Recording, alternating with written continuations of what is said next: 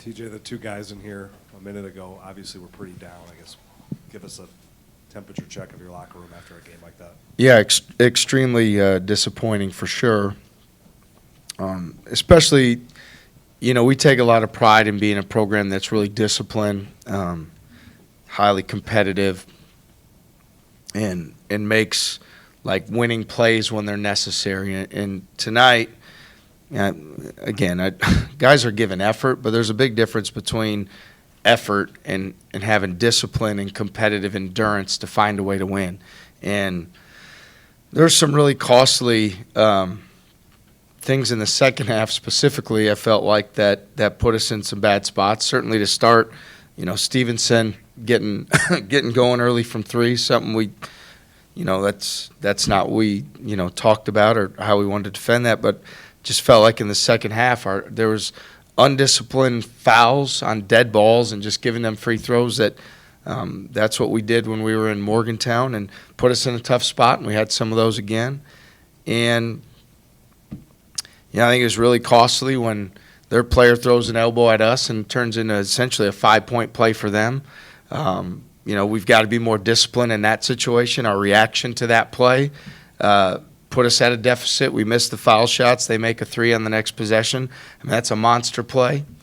And, late in the game, they're playing five guards, and we need to go inside and need to demand the ball. We didn't do that. So I know that's a lot that I just said, but there's so many things that we should be disappointed. We do expect more from ourselves. We do have higher standards. So they should be disappointed, and that disappointment should lead us to working really hard so we don't feel like that in that locker room again because, look, nobody feels sorry for us. We know the league that we play in is really good, and that's just what it is. We got to be better. The lack of discipline, or I guess the breakdown, is that mental fatigue? Is that not paying attention to the scouting report, or where is that breakdown? Yeah, I think it's mental focus in the moment when it's time to win the game. And you can't just give them points and let them come back in by putting them at the foul line. And there were stretches there where both teams were maybe struggling to score a little bit, and we're giving them free throws, and that's just unacceptable. I mean, that's not something we can do, and certainly put ourselves in a bad spot. TJ, what enabled you guys to make shots at a better percentage, at least first 15 minutes or so of the second half, than you did in the first half? Well, they're trying to switch a lot of things, and so then matchups get changed on the guys, and it allowed us to free up Gabe or Jaron and get them some shots. I apologize on this cough, but so yeah, I thought our ball movement, I thought getting the ball into the paint and them reacting and getting switched matchup wise allowed us to get some good looks, and Gabe had a lot of confidence. Unfortunately, he was only able to play the 24 minutes with the fouls because he looked like he really had it going and could have had a really good game tonight if we'd had him out there for a little bit more. Seems like he was getting downhill, especially early in the game, attacking the rim. Was that something that you guys had really wanted to focus on over the last couple of days? We knew they were going to try to run him off the three and take him off those shots, and if he could attack closeouts and get downhill, that would allow him to make plays for himself and teammates at the rim, and unfortunately he was able to do that. TJ, you talked about the essentially 5-point possession after the flagrant, but you guys still extended it to 7, had a chance. I think Jazz just narrowly missed a 3.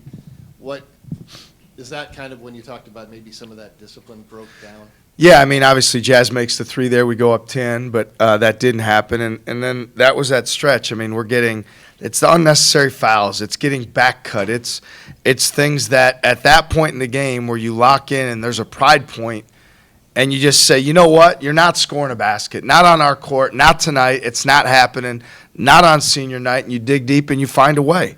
And, we didn't do that job. I mean, it's highly disappointing the way we work every single day and what these guys have invested. Like, it is disappointing. There's no way around it. So if we can't hang our hat on our defense with the crowd into the game the way they were and the guys on the court that we had, that's unfortunate because we've put ourselves in position to be one of the better defensive teams in the country, and we got to be able to hang our hat on that, especially at home, especially late when we need stops.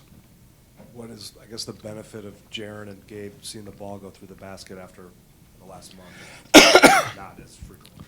Yeah, no, it's great. Obviously, we need those guys to score. We need anybody that we can to make perimeter shots to kind of open up the defense. So those guys having a lot of confidence, their teammates looking for them seeing it go through, that's huge for us as we move forward.